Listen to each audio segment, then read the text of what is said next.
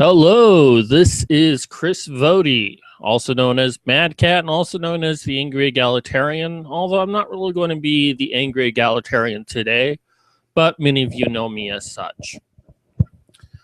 Um, Today, I'm going to be talking about Sad Puppies 3. I just found out about this like an hour ago. And since then, I've been like completely immersed in all of the facts that I could gather on this. And we're going to kind of discuss that a little bit today. Now, I kind of didn't want to do this video because I am in the middle of my campaign for writing, for, producing my next book because of my disability. But I kind of felt like I was obligated to, because a few months ago, I came out publicly that I supported Gamergate. And this was one of the hardest decisions I made. And I kind of got from some people that they didn't really seem to understand why I was so fearful of doing that. Why was it such a big deal that I came out publicly like I did? I mean, what does it really matter that some writer supports Gamergate? And Sad Puppies 3 and the controversy with the Hugo Award is the reason I was scared about the backlash that they got. And I actually saw it when I first became a writer. And I'll discuss that in greater detail as we look through the various things. But I kind of want to go through and talk about a couple of elements to this and give you my views on it. But I will say that coming out to Gamergate, I'm glad to have done it, but I have received a little bit of backlash, and I feel that even making this video, I'm still going to receive backlash from the writing community.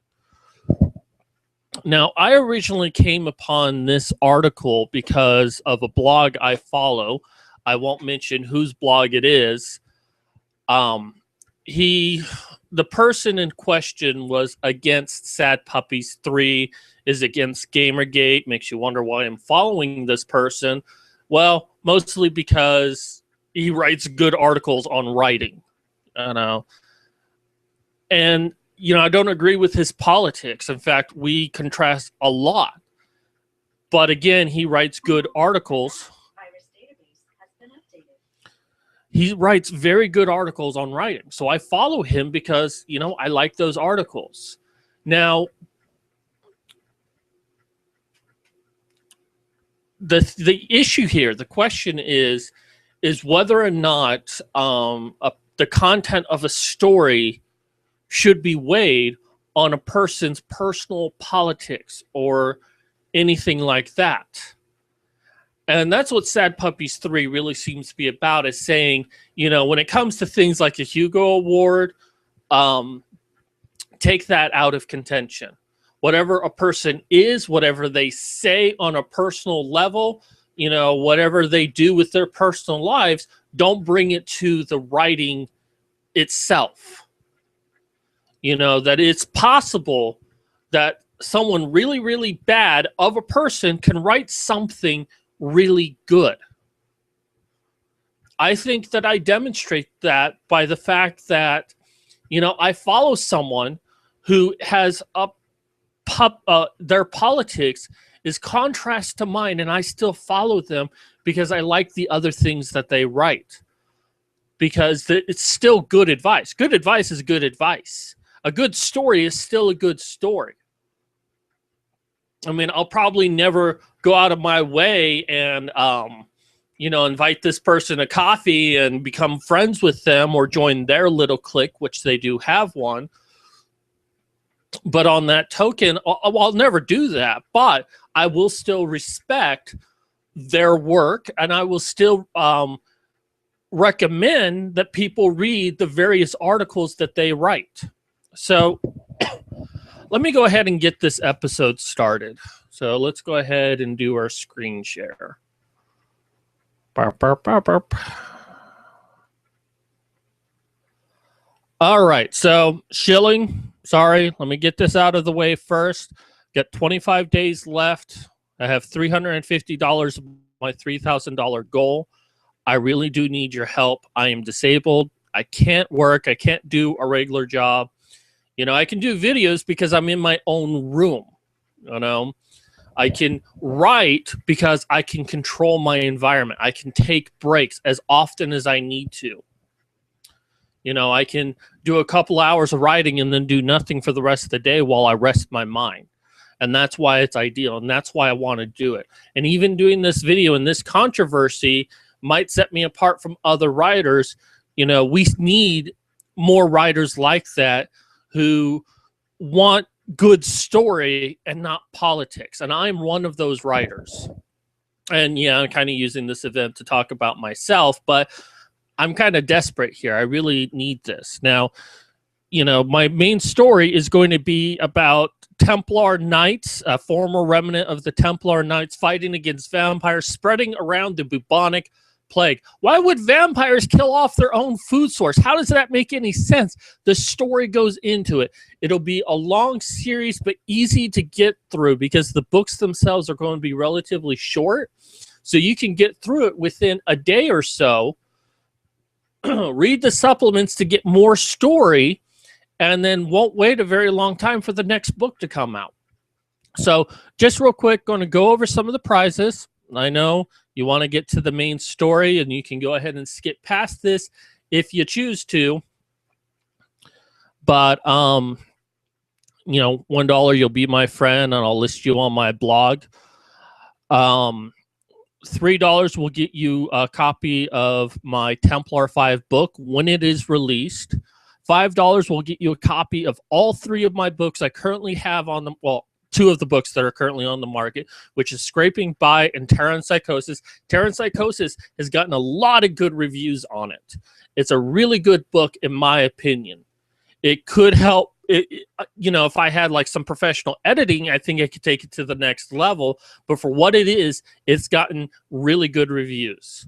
And that's a $7 value, and you get it for $5. $10, you get a special unique copy of Scraping By. $15 of Terror and Psychosis. $20 for Templar 5 itself. Okay. $25, you get a character named after you. And, you know, you give me your name, and then I'll look up behindthename.com and see what is a period-specific name for your character. And that will be your character. Now, it's not going to necessarily be based on you. It's going to be what's needed within the plot itself.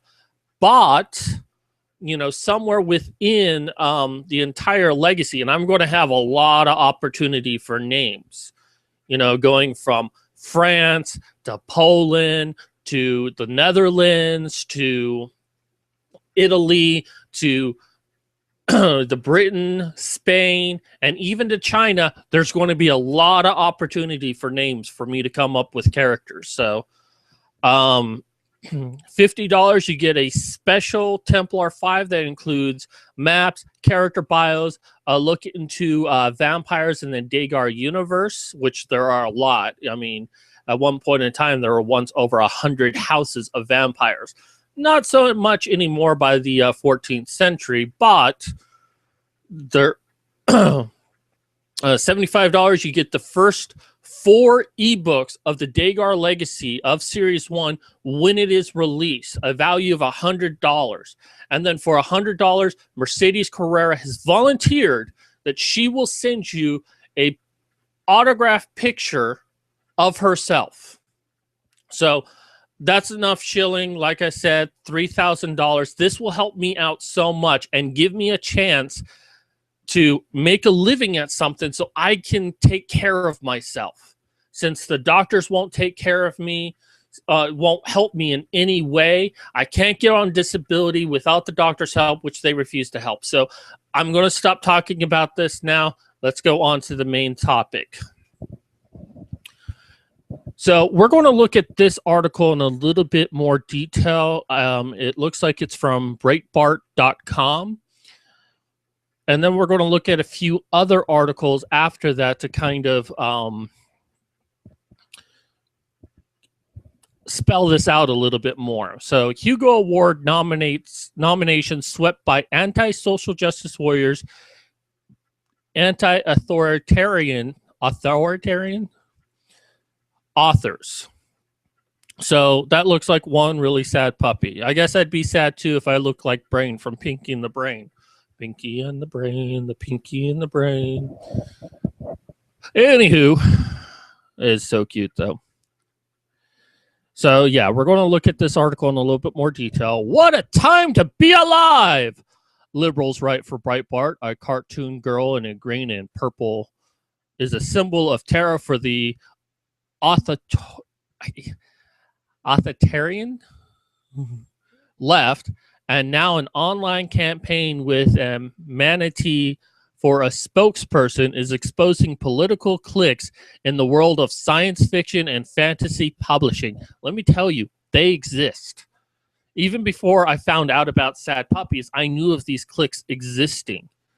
And when I first wanted to be a writer, I wanted to be a part of these cliques, because being a part of these cliques was almost like a brotherhood, was almost like a fraternity or a sorority, given that they're given that they're feminist in nature. But I wanted to be a part of it because if I was a part of it, it means I'd sell books. I've since, and that was like 3 years ago when I was like really wanting to be a part of this stuff. Not so much anymore. In February, we reported on the Sad Puppies campaign, a tongue-in-cheek bid by science fiction and fantasy authors to draw attention to an atmosphere of political intolerance, driven by so-called social justice warriors that is holding the medium back, spearheaded by authors Larry Correia, I'm sorry if I mispronounced your name, and Brad R. Torgerson. The campaign sought to break the stranglehold of old cliques by encouraging a more politically diverse group of fans to take part in the annual Hugo Awards. That seems like a really good thing to me. You know, let's stop with this politics. Let's stop with all of this politics, and let's just get a politically diverse group of people to decide what is the best work. A week of rumors about the campaign's success were confirmed this Saturday when the announcement of the final Hugo Awards ballot. Authors and works endorsed by the Sad Puppies nomination slate swept the field, a reflection of just how many new fans the rebel authors have brought into the Hugo process. Recommendations from Vox Day's allied Rabid Puppy slate also dominated. Indeed, in the categories of Best Novella, Best Short Story, and Best Novelette, the two slates swept the entire field, an astonishing achievement for a genre some considered to be wholly owned by the social justice tendency just a few short years ago. It's worth noting that the Sad Puppies were not the first group to propose a slate of suggested nominations. The trend was started by former president Science Fiction Writers Guild of America, John Scalzi, who hosted an annual award pimpage post on his blog. British writer Charles Stross followed his example, but there was little semblance of a backlash to either Stross or Scalzi, who were both deeply embedded in the existing clique. So what this is saying here is that John Scalzi, who I've actually met before, I don't ever think you'd ever remember who I was. I was just some random person at Comic-Con, but I have met him before. I didn't really have any strong opinions of him, but so basically, a few years back, John Scalzi is like, well, you know what? Let's get our clique on the inside, and we can decide who should get it awards. And yet, following today's news, the same people who fawned over Scalzi's erupted in outrage. Apparently because of the Sad and Rabid Puppy organizers and authors are identified as libertarians and even, shock horror, conservatives. I'm not really I guess to an extent I could be considered a libertarian. I really don't know, nor do I really care. I'm definitely not a conservative, and I tend not to find too much common ground with conservatives, but I don't hate them. Earlier today, I tried to inform a Guardian contributor about Scalzi's record of nomination slates. I noticed he was preparing a story on the Hugo Awards, and as a fellow journalist, I thought I'd provide him with some relevant information. His response was to block me. Yeah, but that's what happens with social justice warriors. You give them something that states that their narrative is not as they claim it to be, and they'll block you because it's easier to block a dissident than to address what they're actually saying. It really is hard to part a man from his double standards. But the fact is, the Sad Puppies are playing by the rules established by Scalzi and his clique, and they're winning.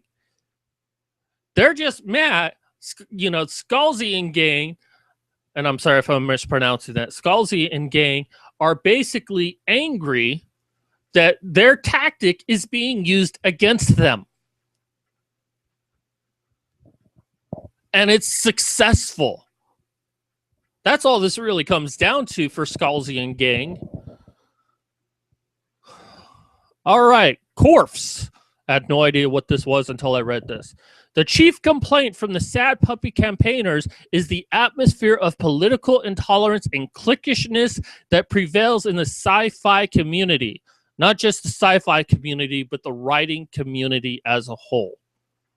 I know this is about the Hugo Award, which is for the science fiction and fantasy community, but I will tell you, as a person who's I haven't really been on the inside, but I've been on the outside looking in directly at the writing community. It is very feminist dominated. I will tell you that. Which is why when I came out that I'm not exactly anti-feminist, I'm not feminist, I'm not entirely MRA, although I have more ties to the MRA in anti-feminist than feminism. I'm an egalitarian. I support all of those who want true equality, but not all feminists will see me as, a possible ally. They will see me as an enemy. So when I came out to Gamergate and said, look, I support Gamergate. I support Not Your Shield. I'm disabled. I'm a gamer, and I write, and I want to be a writer, a full-time writer. I was scared that feminists, and I'm still scared of this, that feminists would find my books and give me 100 one-star ratings, which would destroy my placement within Amazon.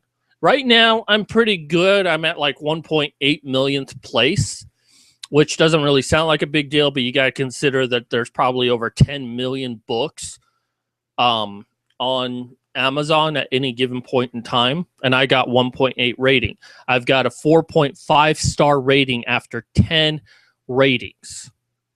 So my book is doing fairly good. And my future books, I've had a lot of people tell me is pretty good.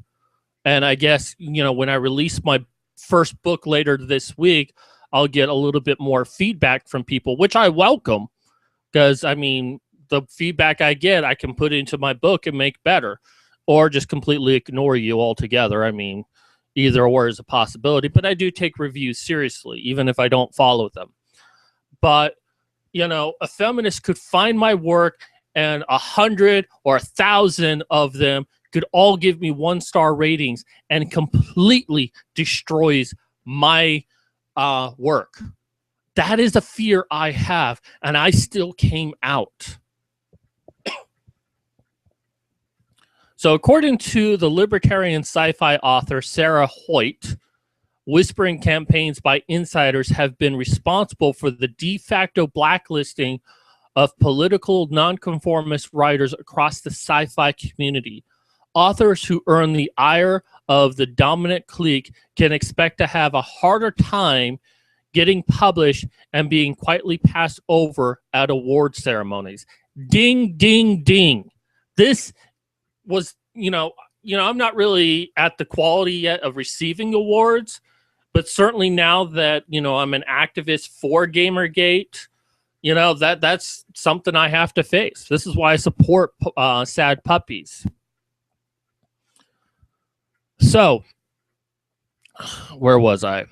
So, as with Gamergate, the political biases of a small elite has led to the exclusion of those who think differently,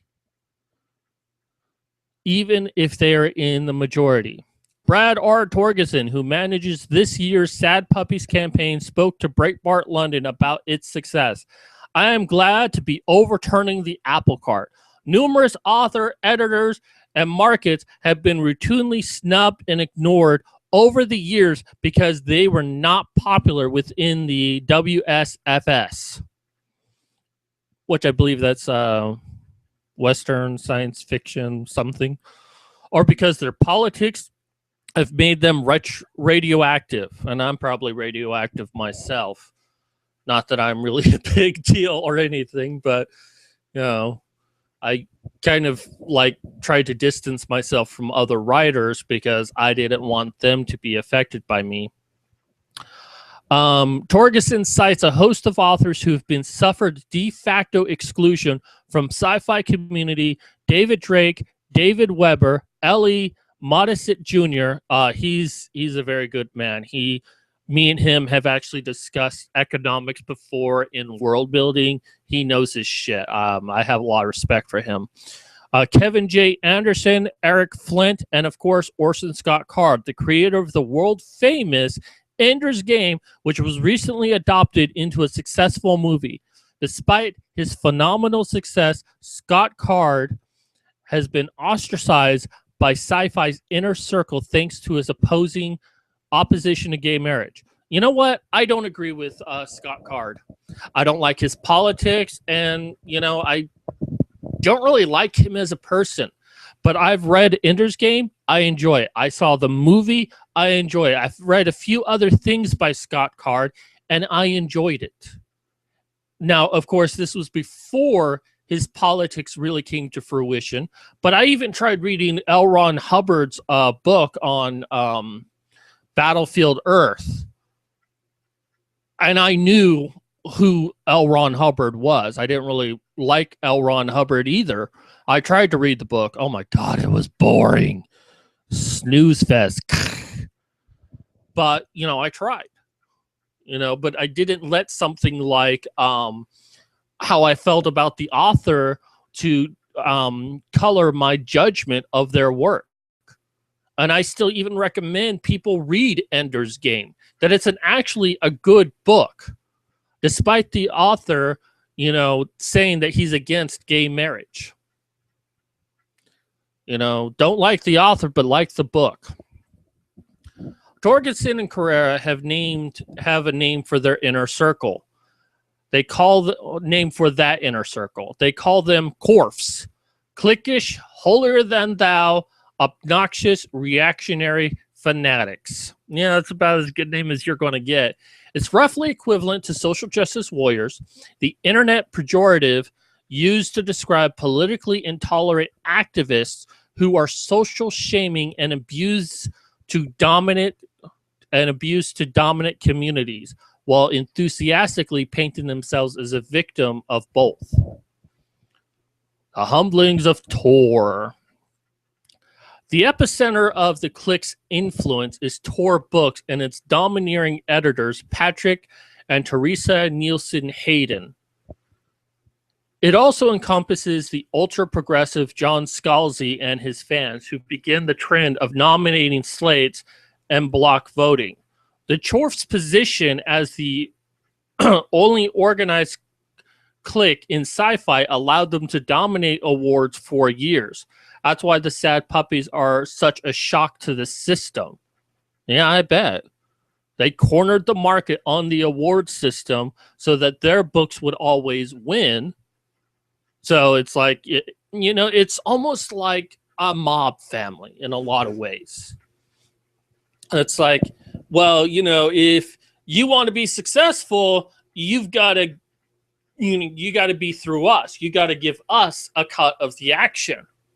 And we're going to, and I don't know if Tor could really be described as a mafia, but what I'm seeing with the Corfs,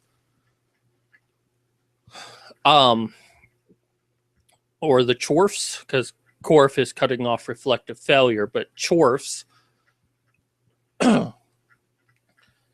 you know, it seems like, well, we control the market. And, you know, if you want to be even part of the market, you have to live by our standard. And that is wrong. It shouldn't be like that. And yet it is. That's why the Sad Puppies are pretty much exist, from what I can tell, because of this cronyism. And this is the thing that Gamergate was fighting against with game journalism. They cornered the market, so they were the ones who decided. They were the ones who decided who gets who gets good reviews and who gets bad reviews. And if you piss off news media, they're going to give you a bad review just because they can. You know? And that was the whole thing with, what was it, Brianna Wu? You know, she's becoming so obsolete from this, I can barely remember her name. But she knew how to play the system. She slept her way to reviews. And I know there are people out there, oh, no, she never actually did, and blah, blah, blah, blah, blah. Yes, she fucking did. She manipulated the system to her own financial gain. And that's the problem. That's what Gamergate is fighting against, is bullshit like this. And now Sad Puppies is doing the exact same thing. Now, Sad Puppies has been around since before Gamergate, but with the popularity and rise of Gamergate, Sad Puppies is now able to have an effective change on the sci-fi community.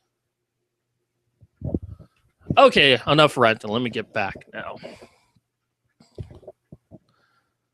So, Tor Books claimed the Locus Awards for the best publisher for 26 years in a row and has won 38 of 156 Hugo nominations in the last 30 years. In 2014, when Tor.com was founded, it claimed 50% of short story nomination at the Hugos, 40% of the novel nominations, and 20% of the novelette nominations. Its influence allowed widely ridiculed sub-Tumblr standard works of fiction such as If You Were a Dinosaur, My Love, and Chicks Dig Time Lords to make the ballot.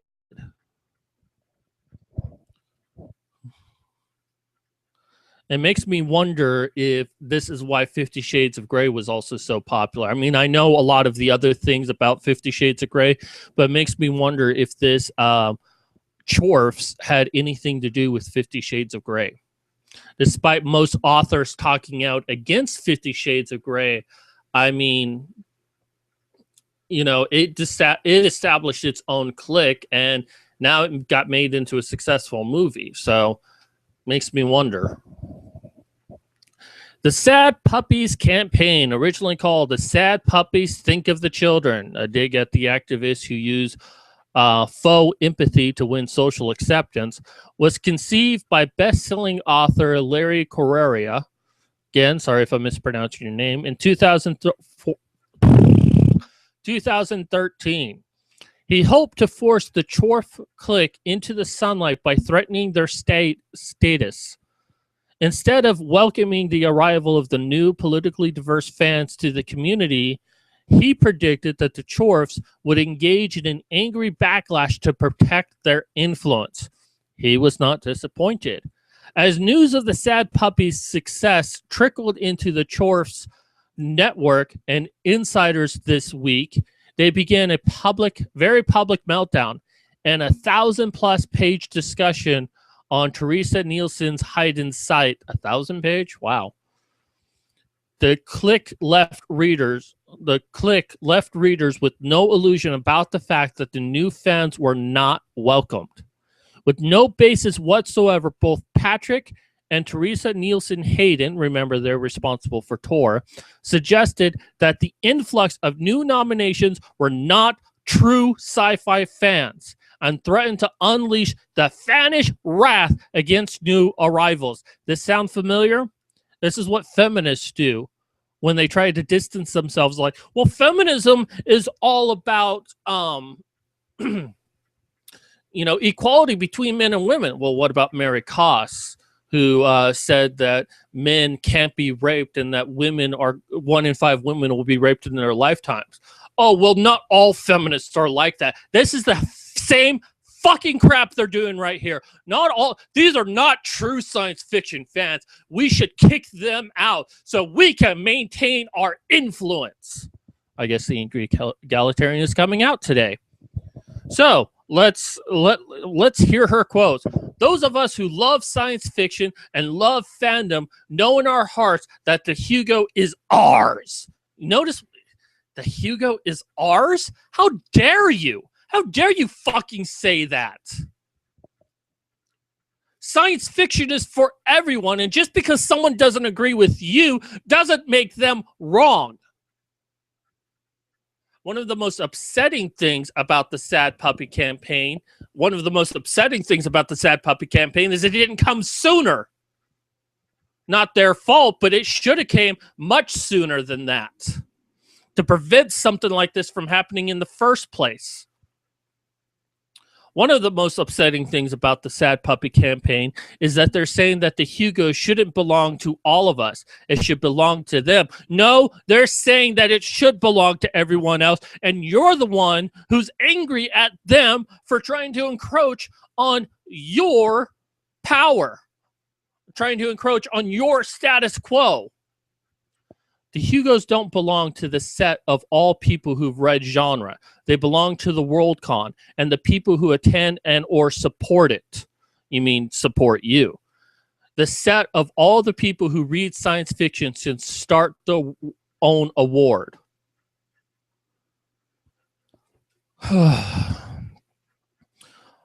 Who knows what we should call the fans who don't meet Nielsen Hastings' approval? Wrong fans, perhaps? Or the vast majority of the reading public? Strip away the spin. And what Nielsen Hayden is actually saying is that Hugo Award belongs to Tor Books and their associated in-group. The anger of the Nielsen Haydens has less to do with the principle and more to do with the fact that only 3 Tor publisher works made the final ballot this year, compared to the performance in previous years. This is a humiliating defeat. Hallelujah! Hallelujah! Hallelujah! Hallelujah! I know it's ironic that an atheist is saying this, but hallelujah! Hallelujah! I don't have anything directly against Tor Books, but given how she's talking, I kind of have developed the opinion that they're not as good as they claim to be. It's just like, hey, you want to be successful, you have to be through us because we control one of the most coveted awards in science fiction. Naturally, many of the clique's members are trying to claim foul play. Some argue that campaigning for nominations is inherently unfair, despite the fact that Corp's approved authors John Scalzi and Charles Stross have openly campaigned for Hugo votes and nominations in the past. In other words, it's okay when we do it, but it's wrong when you do it. Others argue that Sad Puppies' campaign is a vehicle of self-promotion for its creator, Larry Correia. Again, apologize. Allegations that he is using the slate to advance his own works have dogged him since 2013. This year, however, he put a stop to the allegations once and for all by turning down his own nomination. He always maintained that he has no interest in winning or being nominated for an award, and now he has proven it. Sorry. Perhaps the most bizarre allegation is the claim that supporters of the Sad Puppies constitute their own clique are trying to achieve dominance for conservatives and libertarian authors. The presence of liberals and progressives like Annie Ballet, Carrie English, and Rajnar Vajra, sorry, mispronouncing all of that horribly. I'm bad at this. On the nomination slate appear to have escaped critics. Correria, Hoyt, and Torkelson and others have always maintained that their goal is to end political intolerance in sci-fi, not reinforce it. It's likely that the Corfs are simply projecting their own behavior onto others, another thing that social justice warriors and feminists do. I mean, anytime a social justice warrior says, oh, you're just a misogynist, they're really saying it about themselves. I mean, take any accusation and realize they're really projecting themselves, and half of them don't even realize they are. It's like when a man or a woman accuses their lover of cheating on them. It's like, well, you're just going around and cheating on me. Most likely, they are the ones who are actually cheating and trying to get you to admit it so they can feel justified for doing it or won't feel guilty for doing it. That's what social justice warriors do. They want you to admit for being misogynist or sexist or racist so that when they do it, they can feel justified that they're doing it because you're doing it. And that's what's happening here. When you've been engaged in political intolerance for so many years, it must be hard to imagine that anyone thinks differently.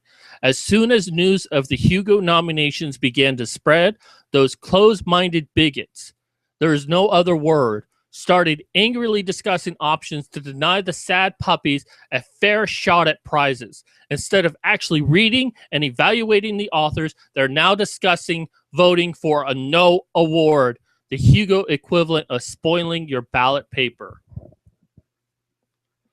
You know, one of the things, I wrote an article today on my blog. It was called False Consensus Bias or False Consensus Effect.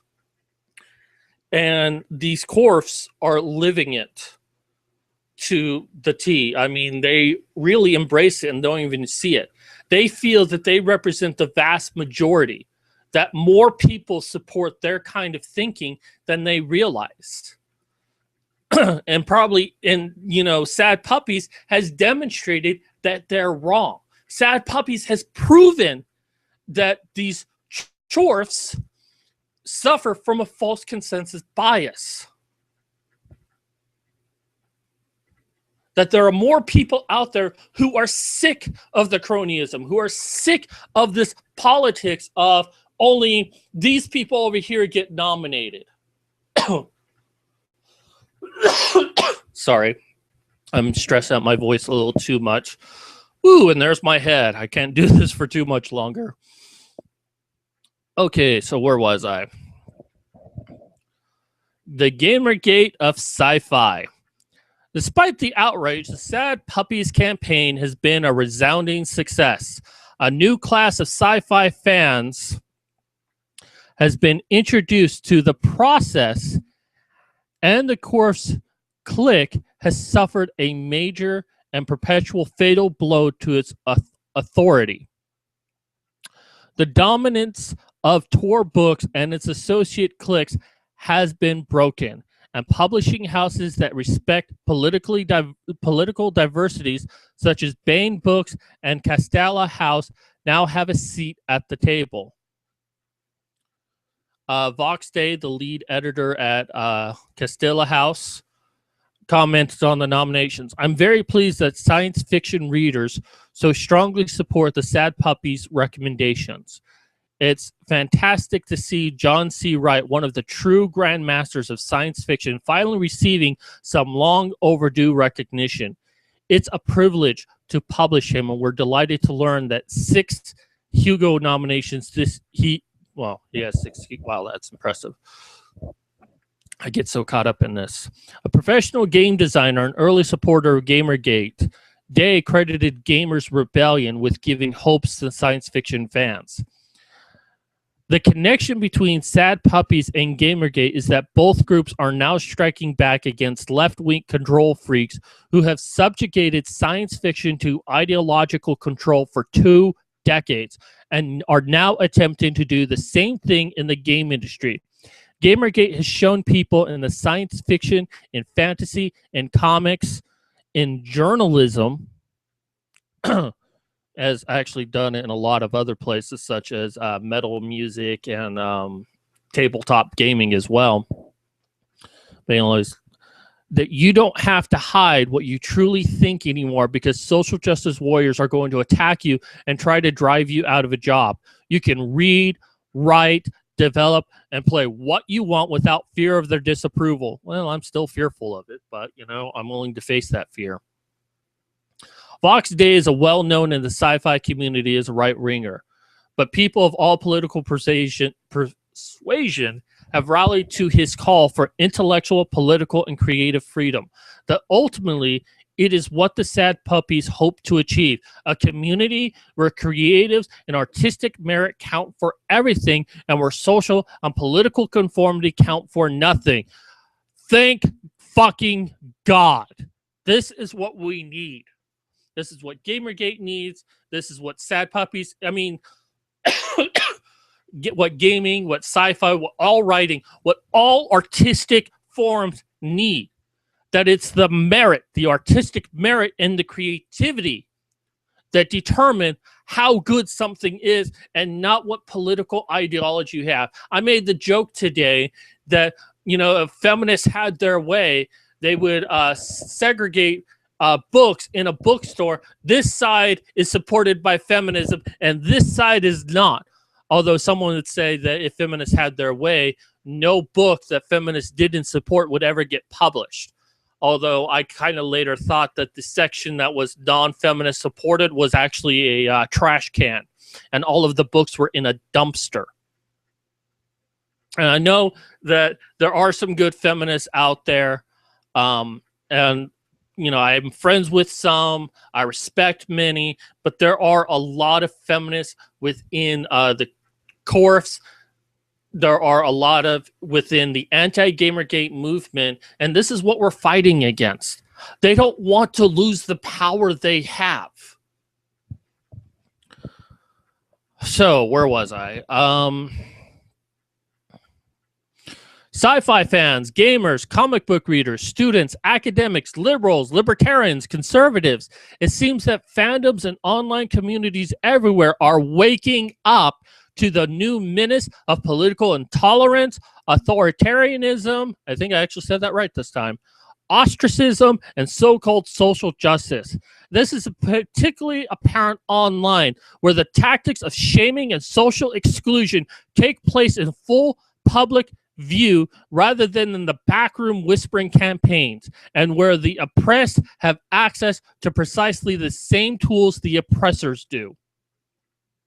The Sad Puppies have struck a blow for creative and intellectual freedom, but their campaign is just one part of a wider movement against forces of authoritarian left whose allies are decreasing by the day. Whether they are called chorfs, social justice warriors, or step forward students, that's kind of clever, authoritarians, finger waggers, bullies, and public mongers are facing a backlash across dozens of fronts at the defiant spirit of Gamergate floods into other fandoms. Anyone who is watching or sees this in the future and you support Gamergate, this is what Gamergate is doing. This is why it's so important. And this is why I decided to come out to Gamergate, because I wanted to be a part of the solution and not perpetrate the problem. And I want to be a successful writer. And for the longest time, I tried to stay out of Gamergate. I tried to stay out of the men's rights movement. I tried so hard because I wanted to be a successful writer. And I knew that if I revealed what my politics were, that I could be blacklisted, that no one would support me. I've even been blocked by one person so far who is a feminist, an anti-Gamergater, who is a part of the writing world, and criticized me because I didn't rush to her aid when she said that people within Gamergate have been abusive to her. Now, the only reason I really didn't say anything to her about it is because it was the day that I was doing the Hope for Cytherea campaign to try to get voices together to help her. And she's like, well, you don't care about victims at all. Oh, so funny if you actually knew the reason why I didn't rush to your aid. And had I done it, had I rushed to her aid, I would have said, okay, I want you to give me names of all the people who spoke negatively to you that you think is from Gamergate. And I'm going to go in, check these people out. I'm going to ask around Gamergate to find out who these people are, try to get their side of the story, and if these are people that we need to police, then so be it. Because that's what Gamergate does. We police our own. If someone is doing something they're not supposed to, we make sure that they are either ostracized or punished. Feminism, anti-Gamergate, CORFs, social justice warriors, they don't do that. If someone is doing what they're not supposed to be doing, they'll turn a blind eye to it.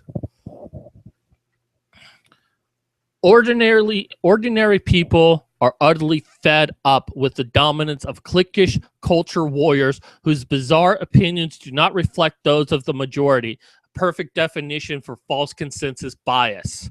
They are fed up with being told what to do, what to believe, and whom to exclude.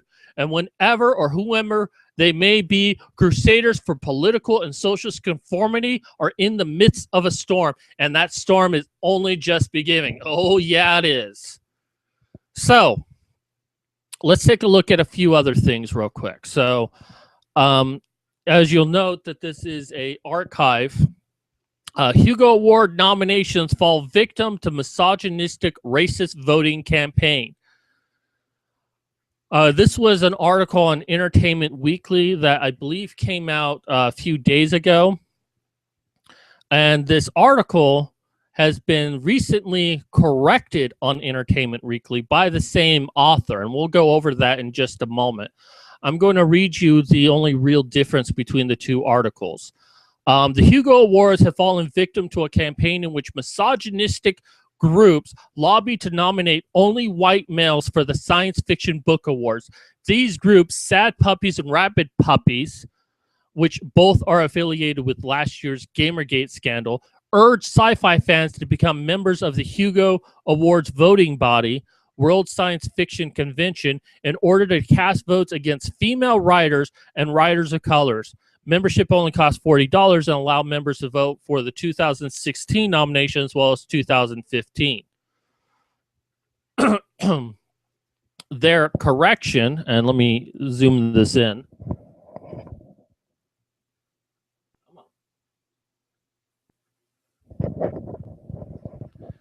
Which was released yesterday after misinterpreting reports in other news publications, meaning they didn't actually do any research.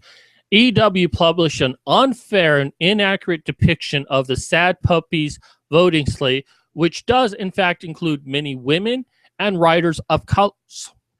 As Sad Puppies Brad Torgerson explained to EW, the slate includes both women and non-Caucasian writers, including all of those people listed there. I'd read them, but I'm going to butcher up some of those names, and I don't want to do that. The story has been updated to more accurately reflect the EW's regret the error. Now, the thing to take out from this is that the original article stated that they were against women and minorities and only voted for white authors. See, the thing is that the Hugo Awards was basically, only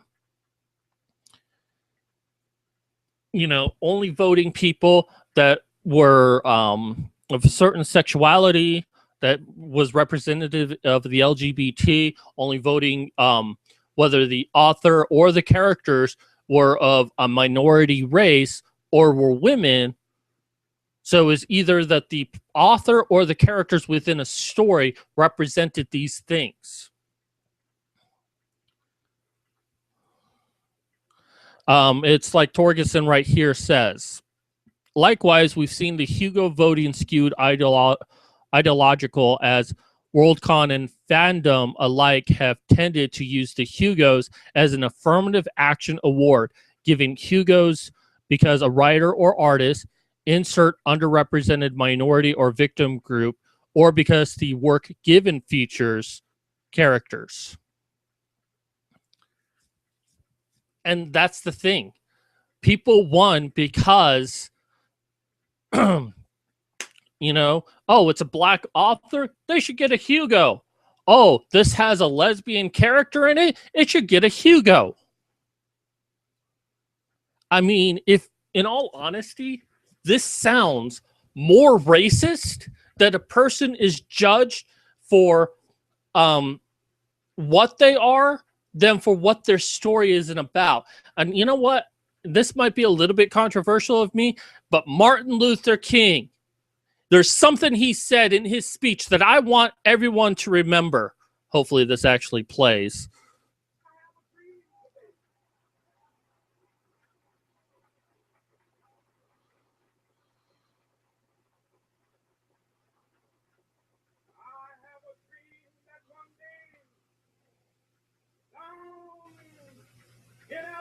Oh, wait, let me back up a bit.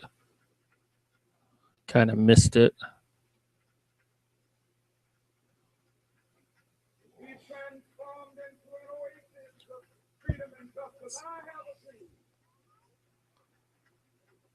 Here we go.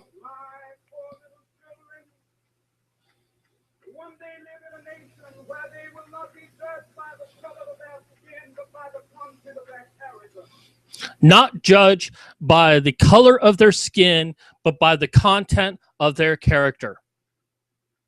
Martin Luther King said that. And here we have a cronyism, the tourists choosing someone because of the color of their skin.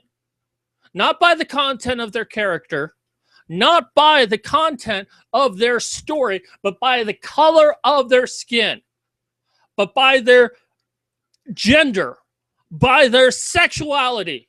It doesn't matter anything else. It doesn't matter if they wrote a good story or not. If you happen to be a black lesbian, you get a chance to have a Hugo. It doesn't matter what you wrote.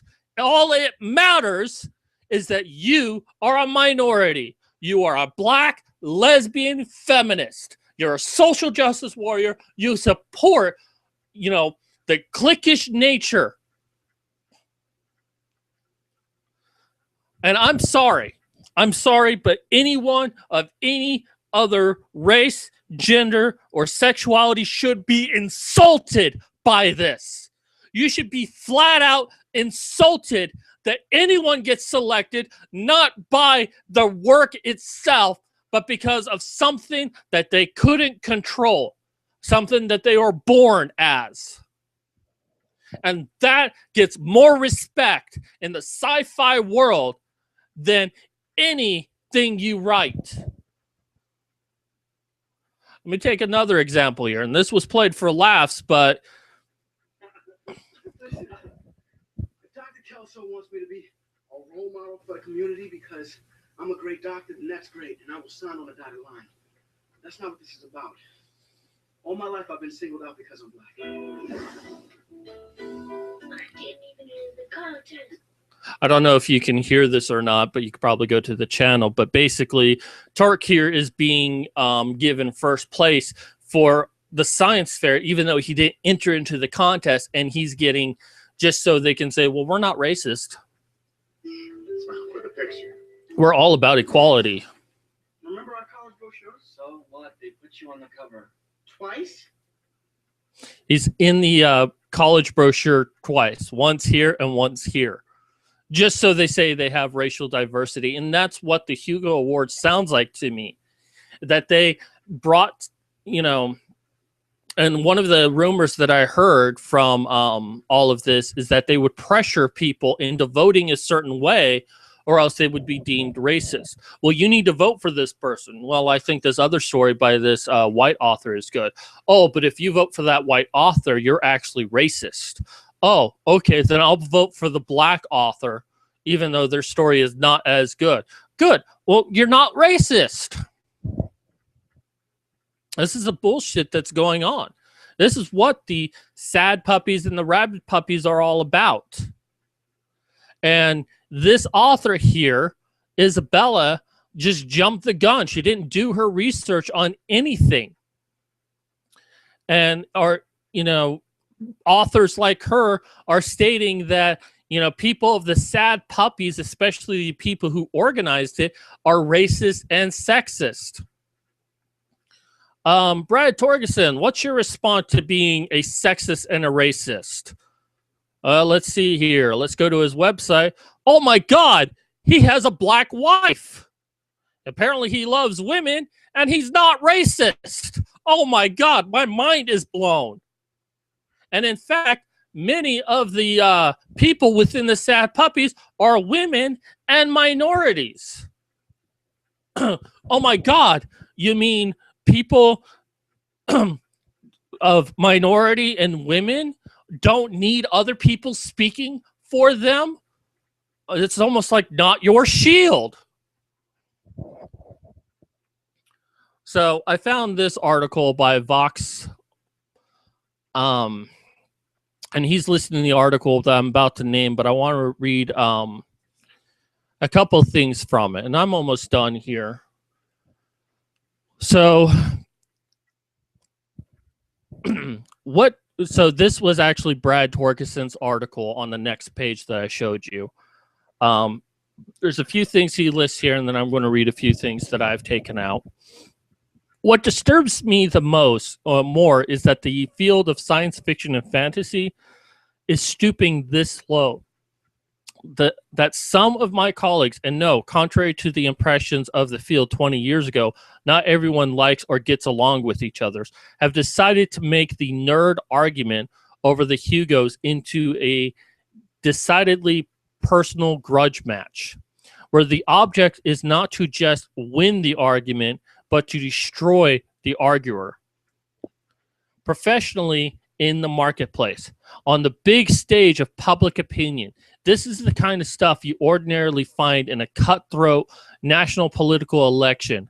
But then it's been clear for years that cutthroat politics have drifted down into the nerd circles of all kinds, comic book circles, movies, television, video games, etc. There's simply no escaping it. And there are people for whom the whining is more important than ethics, more important than integrity, and more important than the truth.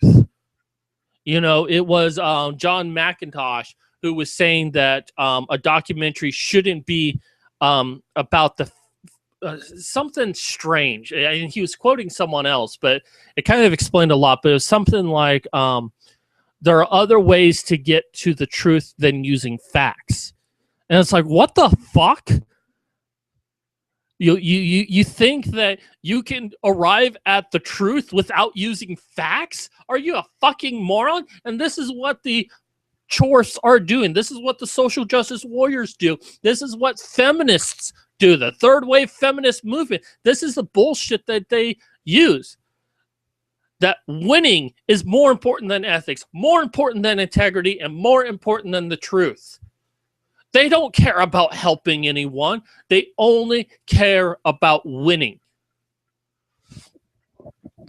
And the truth is, I'm not a dastardly guy as the Entertainment Weekly piece makes me out to be. And neither is Larry. And I'm concerned with the infestation of political correctness that has invaded sci-fi and fantasy over 15 years. Oh, am I concerned? He's asking. You bet. Today's ride on the media drunken machine was just another iteration of the near endless attempts by the political correct to enforce their views with slander and falsehood when it comes down to it. Our field is disease. It has been struck by the same mental virus that has been permeating other sectors of our culture, as our astute have been recovered victims put it. The new zealots are a cult who dwell in depressed and anger, seeking the slightest excuse to lash out and make other people people suffer. Today, the crusader mentality decided to defame and slander Brad R. Torgerson, the evil, demonic, racist, and hateful, sick, bigoted misogynist. As my friend Larry often quips, it's half the bastard. If I was half the bastard some of the crusaders say I am, I'd probably hate me too. But really, when sci-fi fantasy sinks to this depths, you know we've jumped a certain kind of unfortunate shark.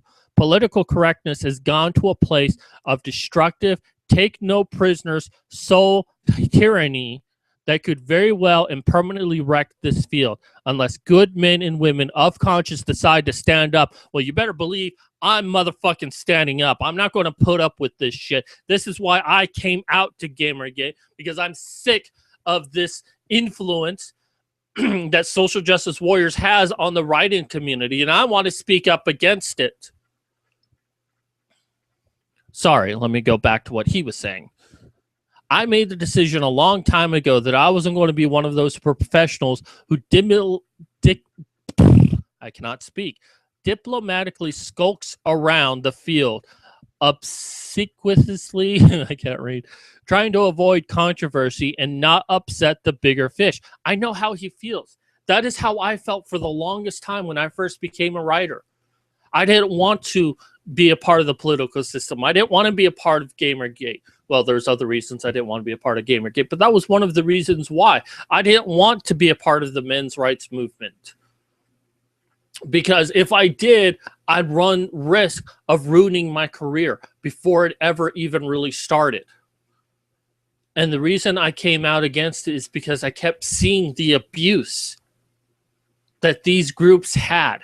And I just couldn't sit idly by any longer. I had to do something about it. And that's why I put a risk to everything that I want, all of my dreams. Because I'm going to be part of the solution and not be an excuse for the problem. But let me go back to what he's saying. Again, I've seen too much of the elephant. My career isn't so important to me that I am willing to become an ideological chameleon or cipher. Perhaps that has angered some people to the point that they believe it's a time to end Torgerson once and for all. If so, I think that's a very sad statement about the vindictiveness that has taken over the genre among men and women who should probably be working hard to be friends. Folks, until or unless political correctness is given the boot, this kind of stuff isn't going to stop. It won't just be me getting the torch. It will be you too. You other authors, you other fans. Political correctness has a bottomless stomach and is red in tooth and claw. Even if you try to appease the beast, it will eat you eventually anyway. And that is very true. So let me go ahead and click on his link here. Those were excerpts taken from this article. It's a pretty long article. A lot of it is ranting. I recommend reading it, but let me I'm going to leave this picture up here, and I'm going to pull out a few notes that I wanted to take from this. Okay, so he's talking about the journalist, because a blog journalist named Isabella, not saying her last name, working beneath the banner of Entertainment Weekly, penned a short, error-laden article titled "The Hugo Awards Nomination Fall Victim to Misogynistic Racist Voting." The mistakes in that article could have been easily avoided if Isabella had done some research into the issues she was reporting on. Near as I can tell, Isabella was spoon-fed some links and a very rushed and sloppy narrative about Sad Puppies 3 being racist and woman-hating. And she posted all of this without stopping to consider whether or not she was disseminating into a wider world was true or accurate. And it was all about being It was all about winning. It wasn't about truth. It wasn't about integrity. It wasn't about ethics. And you see it firsthand with the Entertainment Weekly. They're not speaking out of their ass. You see proof that this is happening. The error-laden article quickly went viral, especially among opponents of Sad Puppies 3. Twitter, which he generally avoids and ignores, lit up like a Christmas tree, and quickly I had friends and other authors contacting me saying, Entertainment Weekly has run a hatchet piece on you. Better jump on it. So I read the piece. I noted the errors. I also noted that the piece made explicitly inductive links between Sad Puppies 3 and last year's great nerd controversy, Gamergate. The reasons for this were pretty obvious. Words like racist and misogynist are presently code for not part of the human equation. Thus, any man or woman who can be successfully labeled these things is cut off from polite circles, perhaps even driven out of the workplace or worse. Milo Yiannopoulos, anyone? These words tend to be used as a general purpose ideological grenades when the thrower of said grenades lacks sufficient real evidence of wrongdoing, but wants to see the target squirm and suffer anyways. Now, I'm a patient man, and, I'm jumping between the articles here, so I've got a long fuse, but this tactic employed today, it's on another level. This isn't just nerds bickering anymore. Baseless, false allegations of this type can ruin careers as well as lives. What I was fearful of when I came out, this right here. We've seen this before. The internet has allowed yellow journalism and rumor mongering to run riot. And I have to be honest.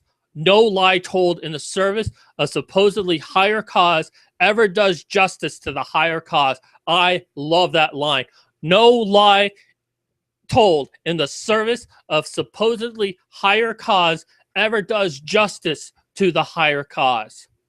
No matter how widely spread the narrative, if the basis of the narrative is false, then the narrative itself is fatally undermined, and thus the argument that form the building blocks of the narratives are themselves undermined.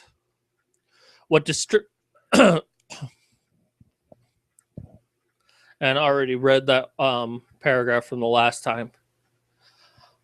I think people that perhaps what some people unused to the insider baseball of science fiction fantasy might not be clear about is that Sad Puppies 3 is not a thing invented to keep anyone off the Hugo ballot for demographic reasons. It was invented originally to poke fun at some try to predictables in the selection process, as well as scuttle the notion that the award was actually about quality, when it was more or less about popularity of a quasi-politicalized contest the whole time. Along the way, we fairly skewed the concept of literary affirmative action, that works and authors should be judged on the basis of the author or character demographics and box checking, and not the audience enjoyment of the prose. So that perhaps that's where opponents of SP3 thought they found a toehold. And they used it as the best they could to rope in a lot of outside media in a clownish attempt to punish and discredit both Larry and myself. But really, when science, and I already read that part as well. So what we're seeing here is just another building block of Gamergate. What started last year as oh, my mind is starting to go. I really have to stop soon. Stupid disability. What we saw started as corrupt journalism has seen a much bigger picture. It's not just that there's corruption within journalism. We've always known that. It's that there is a bigger force out there trying to control all forms of art, comic books, music, video games, and now writing.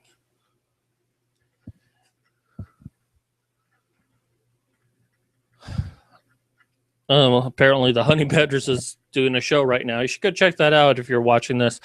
But this, and what we're seeing today is a victory for Gamergate. The reports that we're seeing, and yeah, some of Gamergate joined in on this and helped with this. This isn't about, the what a person is. It doesn't matter if you are a certain race. It doesn't matter if you're a certain gender. It doesn't matter if you're a certain sexuality. It doesn't matter if you support these things. What matters is how good your story is. Now, this does come into a little bit of controversy for me, because one of the things that I talk about when it comes to platforming, which I hope to do at Comic-Con this year, certainly doing this videos might hurt that chances, but I want to talk about this in Comic-Con, Phoenix Comic-Con, that when it comes to platforming, you've got to sell yourself as an author as much as selling your book. You've got to put yourself out there so people can relate to you and attach to you. But right now, in doing so, you have to attach yourself to this cronyism, to this chorfs, that you have to be one of them in order to be get their table scraps. And I refuse to do that. What you see is what you get. Me. I'm an egalitarian. I believe that men are treated unfairly in our society. I believe that some women are treated unfairly in our society as well. I believe that, there are issues with gays, lesbians, asexuals, bisexuals that need to be addressed within our political and legal system. I think carte blanche, we should have gay marriage just be, a federally protected thing, that no matter what the state is, they can get married. That's my personal opinion. And I'm sure some of you will disagree with me. Good. I mean, the best quote that I can think of is that if you're dumb, you surround yourself with smart people. And if you're already smart, surround yourself with smart people who disagree with you. Kudos points to anyone who can tell me the source of that quote. And it's a very true statement.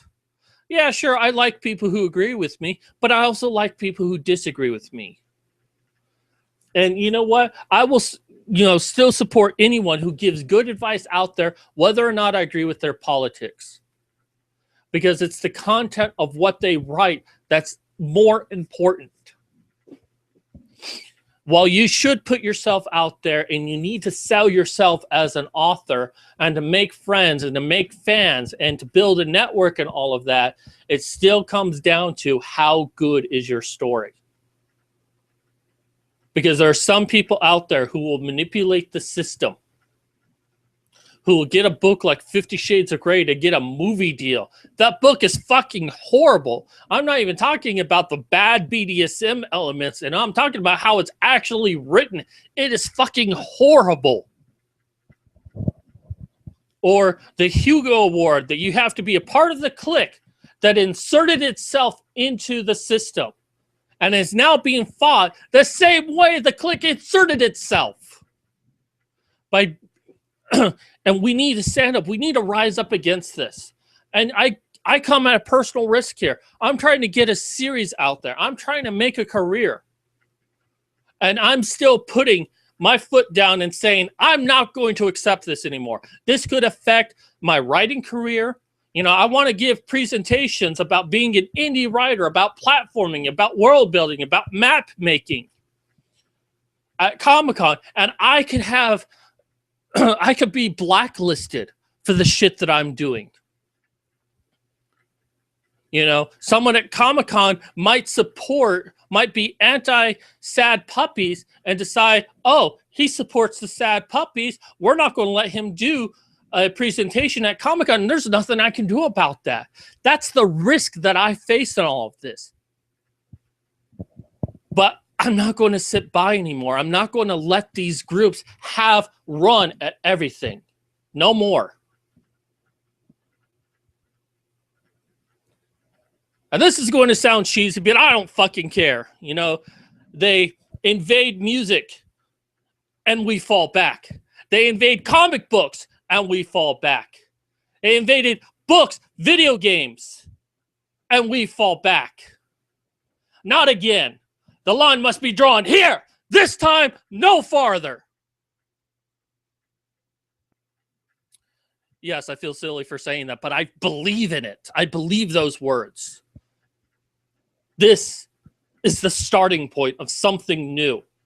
Gamergate, be proud. This is what your work has done. Not just for game journalism, not against anti-Gamergates, but for the music world, the comic book world. We're raising awareness.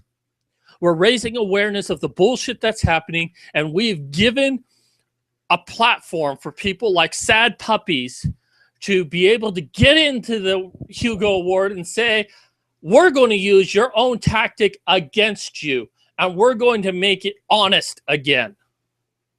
And the people of the Hugo Award, the cliquish nature, don't like that because they're losing their power. No one wants to lose their power. So at this point, I'm just kind of ranting. I'm pretty much going to stop here. And I seem to have gone down to one viewer. Oh, well. So I thank you for watching. Sorry, I kind of went on a rant, but this was a very personal issue to me. Shilling once again for my crowdfunding campaign. I mean, if I could work, I would, honestly. But anyways, this is Mad Cat signing off.